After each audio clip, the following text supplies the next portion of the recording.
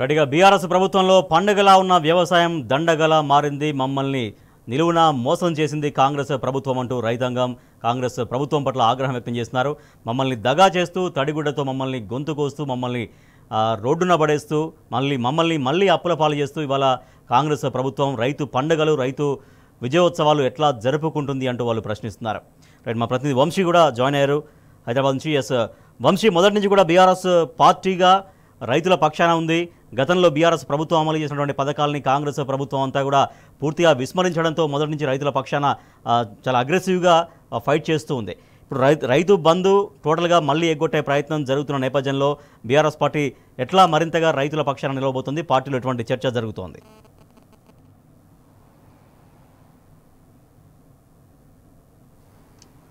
రాజేష్, మనం చూస్తా ఉన్నాము కాంగ్రెస్ ప్రభుత్వం వచ్చినప్పటి నుంచి కూడా రైతు వ్యతిరేక విధానాలతోనే ముందుకు వెళ్తున్నటువంటి పరిస్థితి కూడా మనకు కనిపిస్తూ ఉంది.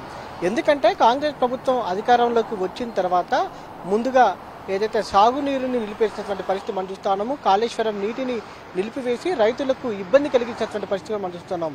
ఆనాడు బీఆర్ఎస్ పార్టీ పోరాటం చేసి రైతులకు నీళ్ళు అందే విధంగా ప్రభుత్వం పైన ఒత్తిడి తీసుకొచ్చినటువంటి సందర్భాన్ని కూడా మనం గుర్తు చేసుకోవచ్చు. దాంతో పాటుగా పల్లె ప్రగతి లాంటి కార్యక్రమాలకు నిధులను నిలిపివేసినటువంటి పరిస్థితి కూడా మనం చూస్తూ ఉన్నాము.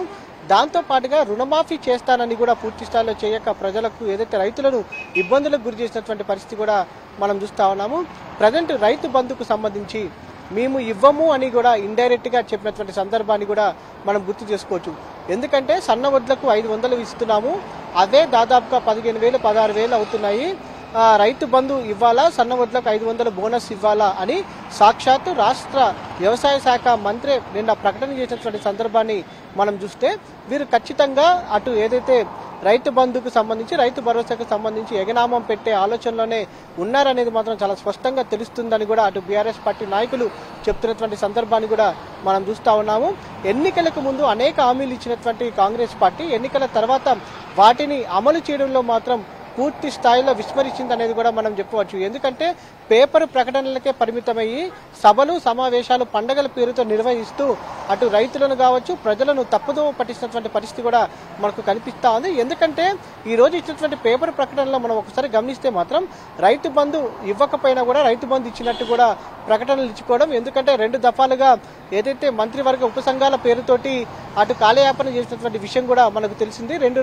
ఏదైతే 2 దఫాలకు సంబంధించినటువంటి రైతు బంధు ఇవ్వకపోగా దాంతో పాటుగా రైతు రుణమాఫీకి సంబంధించి చేశామని కూడా పూర్తి స్థాయిలో, కానీ ఇప్పటికే దాదాపుగా మరో 20 నుంచి 30 లక్షల మంది రైతు రుణమాఫీ కోసం ఎదురు చూసినటువంటి సందర్భాన్ని కూడా మనం ఏదైతే గుర్తు చేసుకోవచ్చు. దాంతో పాటుగా అతివృష్టితోటి నమోదైనటువంటి నష్టాన్ని పూడ్చినామని చెప్పినా కూడా ఇప్పటివరకు ఆ దిశగా చర్యలు తీసుకున్నటువంటి శూన్యంగా మనం చెప్పుకోవచ్చు. ఏదైతే ఉచిత విద్యుత్కు సంబంధించి గతంలో బీఆర్ఎస్ ప్రభుత్వం తీసుకున్నటువంటి సంస్కరణలనే మరోసారి ఉత్కాదిస్తూ చెప్తున్నటువంటి పరిస్థితి కూడా మనకు కనిపిస్తోంది కాంగ్రెస్ ప్రభుత్వం. కానీ కొత్తగా వీరు తీసుకున్నటువంటి పథకాలు రైతులకు సంబంధించి ఏం లేవు. పాత పథకాలకు సంబంధించినటువంటి నిధులు విడుదలైనటువంటి గత ప్రభుత్వానికి సంబంధించినటువంటి వాటినే తిరిగి తమ ఖాతాలో వేసుకోవాలని కూడా అటు కాంగ్రెస్ ప్రభుత్వం చూసినటువంటి సందర్భాన్ని కూడా మనం గుర్తు చేసుకోవచ్చు. చెప్పకనే చెప్పింది ఈ ప్రభుత్వాన్ని కూడా చెప్పాలి. ఏదైతే రైతు భరోసాకు సంబంధించినటువంటి భవిష్యత్తులో ఇవ్వబోం అనేది కూడా ఒక ఇండైరెక్ట్ గా ఇండికేషన్ ఇచ్చిందనేది కూడా మనం చెప్పుకోవచ్చు. ఇప్పటికే రైతు రుణమాఫీ కాక ప్రజలు నానా ఇబ్బందులు పడుతూ ఉన్నారు. ప్రభుత్వం చుట్టూ దాంతో పాటుగా అటు ఏదైతే అధికారుల చుట్టూ కాలేరిగాల్లాగా తిరుగుతున్నటువంటి పరిస్థితి కూడా మనకు కనిపిస్తా ఉంది. ఇదే కాకుండా రైతు ఏదైతే గతంలో బీఆర్ఎస్ ప్రభుత్వం ఇప్పటికే రైతు రుణమాఫీకి సంబంధించి అనేక ప్రోగ్రామ్స్ కూడా బీఆర్ఎస్ పార్టీ తీసుకుంది. ఇవాళ రైతు బంధు ఏకంగా ఎగ్గొట్టే ప్రయత్నం జరుగుతుంది. సాక్షాత్తు వ్యవసాయ శాఖ మంత్రి తుమ్మల నాగేశ్వరరావు నోట అదొచ్చింది.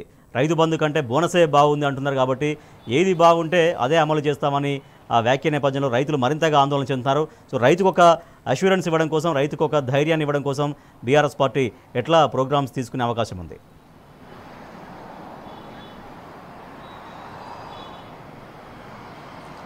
ముందు నుంచి కూడా మనం చూస్తా ఉన్నాం రాజేష్, అది రైతులకు సంబంధించినటువంటి అనేక సమస్యలపైన పోరాటం చేసినటువంటి సందర్భాన్ని కూడా మనం చూస్తూ ఉన్నాము.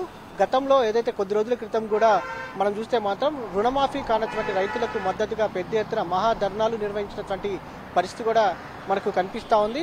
దాంతో పాటుగా రైతు భరోసాకు సంబంధించి కూడా త్వరలోనే అటు ఇప్పటికే పోరాటం చేసినటువంటి సందర్భాన్ని కూడా మనం చూస్తా ఉన్నాము. ప్రభుత్వం పైన ఒత్తిడి తెచ్చినటువంటి సందర్భాన్ని కూడా మనం చూస్తా ఉన్నాము. కానీ రాష్ట్ర ప్రభుత్వం రైతుల పట్ల ఏదైతే నిర్లక్ష్యంగా వ్యవహరిస్తున్నటువంటి సందర్భాన్ని కూడా మనం గుర్తు చేసుకోవచ్చు.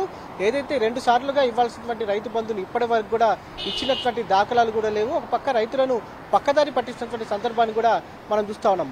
మరోపక్క ఎన్నికలకు ముందే ఏదైతే క్వింటాల్కు 500 బోనస్ సన్న వడ్లకు ఇస్తానని చెప్తున్నటువంటి రాష్ట్ర ప్రభుత్వం అటు రైతులను మోసం చేసినటువంటి పరిస్థితి కూడా మనకు కనిపిస్తూ ఉంది. ఒక్కో మండలానికి సంబంధించి ఏదైతే సన్న వడ్లకు ఏదైతే సంబంధించినటువంటి బోనస్ ఇవ్వాలన్నా కూడా 25 కోట్ల కంటే కూడా సరిపోవు.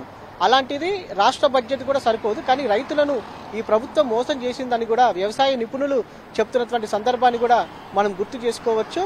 ఒక రకంగా సన్న వడ్లు వేసేవారికే ఈ బోనస్ ఇస్తామన్నా కూడా ఆ అమౌంట్ సరిపోదనేది కూడా ఒక రకంగా చెప్తున్నటువంటి సందర్భాన్ని కూడా మనం గుర్తు చేసుకోవచ్చు. ఏదైతే రైతు పండగ పేరుతోటి కాంగ్రెస్ ప్రభుత్వం రైతులను పక్కదారి పట్టిస్తుంది, కానీ రైతులకు చేసింది శూన్యం అనేది మాత్రం చెప్పొచ్చు. రైట్.